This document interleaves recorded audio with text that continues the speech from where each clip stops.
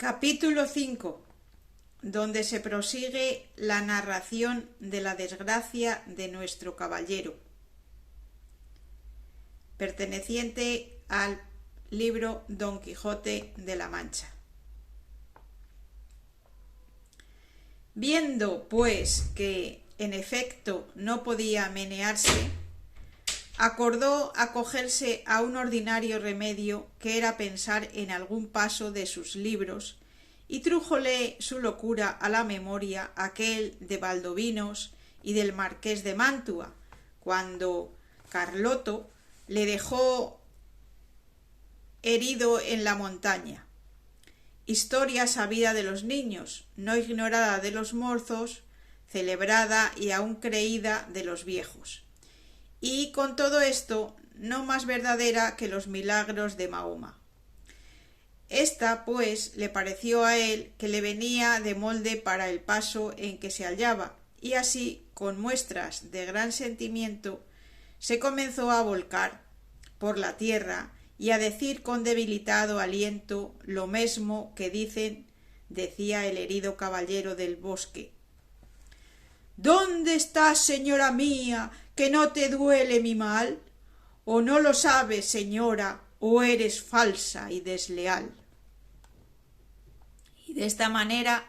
fue prosiguiendo el romance hasta aquellos versos que dicen: «Oh noble marqués de Mantua, mi tío señor carnal». Y quiso la suerte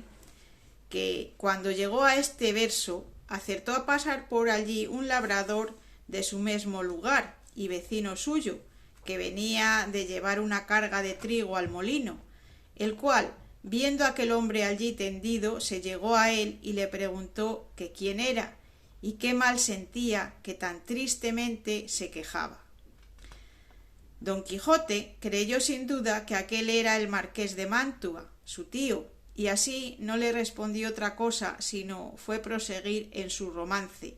donde le daba cuenta de su desgracia y de los amores del hijo del emperante con su esposa,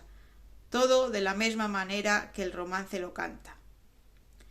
El labrador estaba admirado oyendo aquellos disparates, y quitándole la visera, que ya estaba hecha pedazos, de los palos, le limpió el rostro, que lo tenía cubierto de polvo, y apenas le hubo limpiado cuando le conoció y le dijo: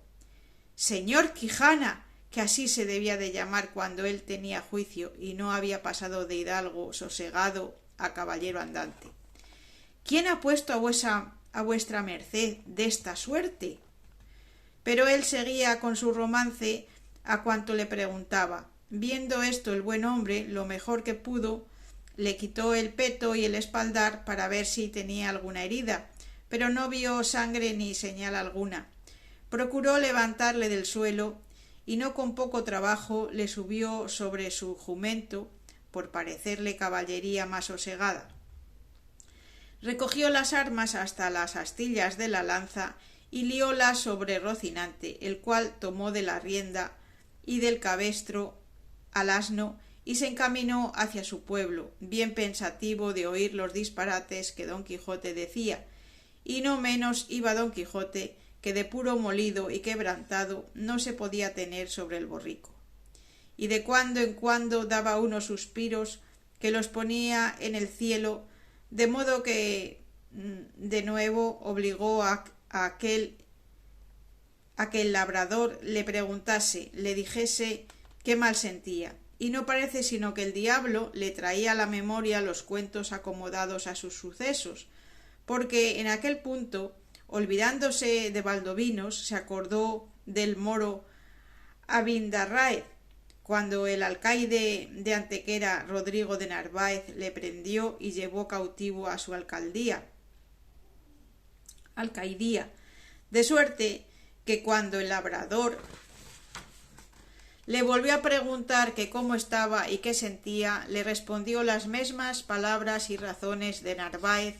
del mismo modo que él había leído la historia en la Diana de Jorge de Montemayor,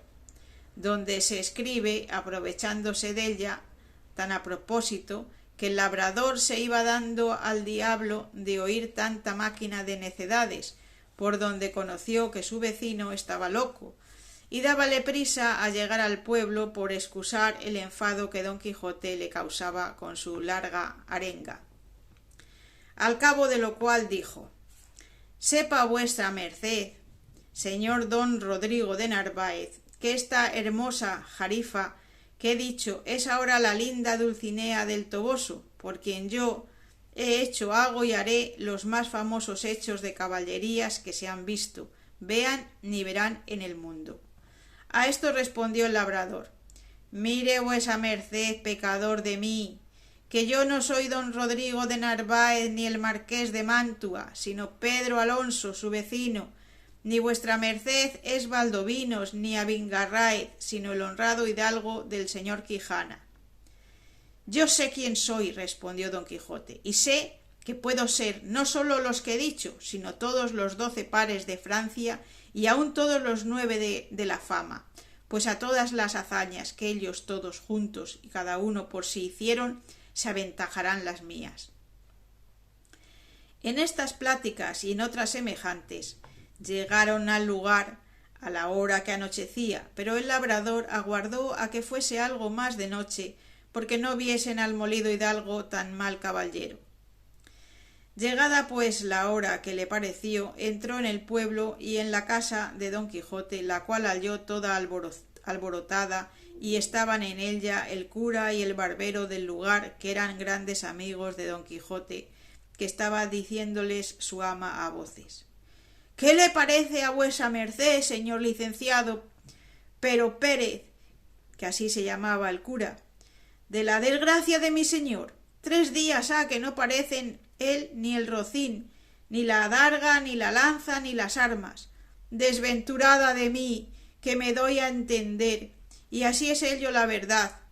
Cómo nací para morir, que estos malditos libros de caballerías que él tiene y suele leer tan de ordinario le han vuelto el juicio, que ahora me acuerdo haberle oído decir muchas veces hablando entre sí que quería hacerse caballero andante e irse a buscar las aventuras por esos mundos.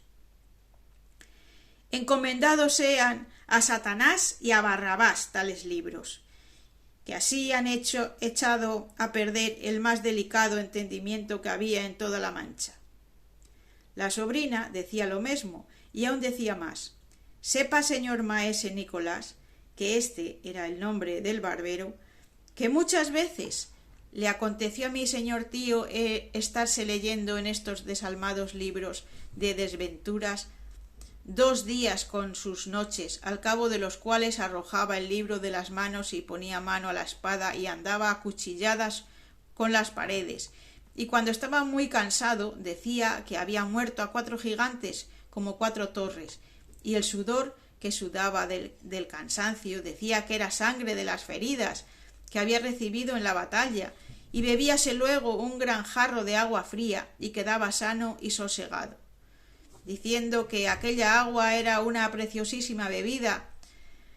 que le había traído el sabio Esquife, un grande encantador y amigo suyo, mas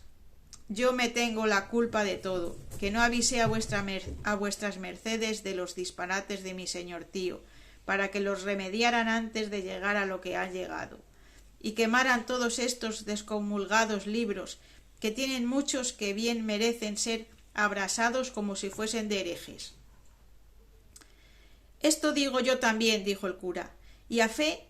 que no se pase el día de mañana sin que de ellos no se haga acto público y sean condenados al fuego, porque no den ocasión a quien los leyere de hacer lo que mi buen amigo debe de haber hecho». Todo esto estaban oyendo el labrador y don Quijote, con que acabó de entender el labrador la enfermedad de su vecino, y así comenzó a decir a voces: «¡Abran vuestras mercedes al señor Valdovinos y al señor marqués de Mantua, que vienen mal ferido, y al señor mero Abindarráez, que trae cautivo al valeroso Rodrigo de Narváez, alcaide de Antequera». A estas voces salieron todos, y como conocieron los unos a su amigo, las otras a su amo y tío, que aún no se había apeado del jumento porque no podía, corrieron a abrazarle. Él dijo: Ténganse todos, que vengo malferido por la culpa de mi caballo. Llévenme a mi lecho, y llámese, si fuere posible, a la sabia Urganda, que cure y cate de mis feridas. Mirad en hora mala, dijo a este punto el ama, si me decía a mí bien mi corazón del pie que cojeaba mi señor. Suba vuestra merced en buena hora, que sin que venga esa Urganda le sabremos aquí curar. Malditos, digo, sean otra vez, y otras 100 estos libros de caballerías que tal han parado a vuestra merced. Lleváronle luego a la cama, y catándole las feridas no le hallaron ninguna, y él dijo que todo era molimiento por haber dado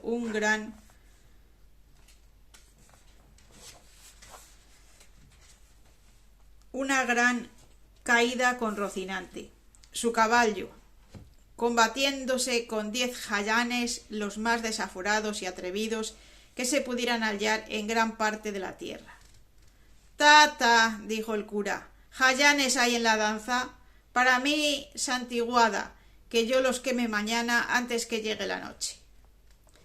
Hiciéronle a don Quijote 1000 preguntas, y a ninguna quiso responder otra cosa sino que le diesen de comer y le dejasen dormir, que era lo que más le importaba. Hízose así, y el cura se informó muy a la larga del labrador del modo que había hallado a don Quijote. Él se lo contó todo, con los disparates que al hallarle y el traerle había dicho, que fue poner más deseo en el licenciado de hacer lo que otro día hizo, que fue llamar a su amigo el barbero maese Nicolás, con el cual se vino a casa de don Quijote. Y aquí termina el capítulo 5. Muchas gracias por haber llegado hasta aquí, y mañana podrás escuchar el capítulo 6 del donoso y grande escrutinio que el cura y el barbero hicieron en la librería de nuestro ingenioso hidalgo.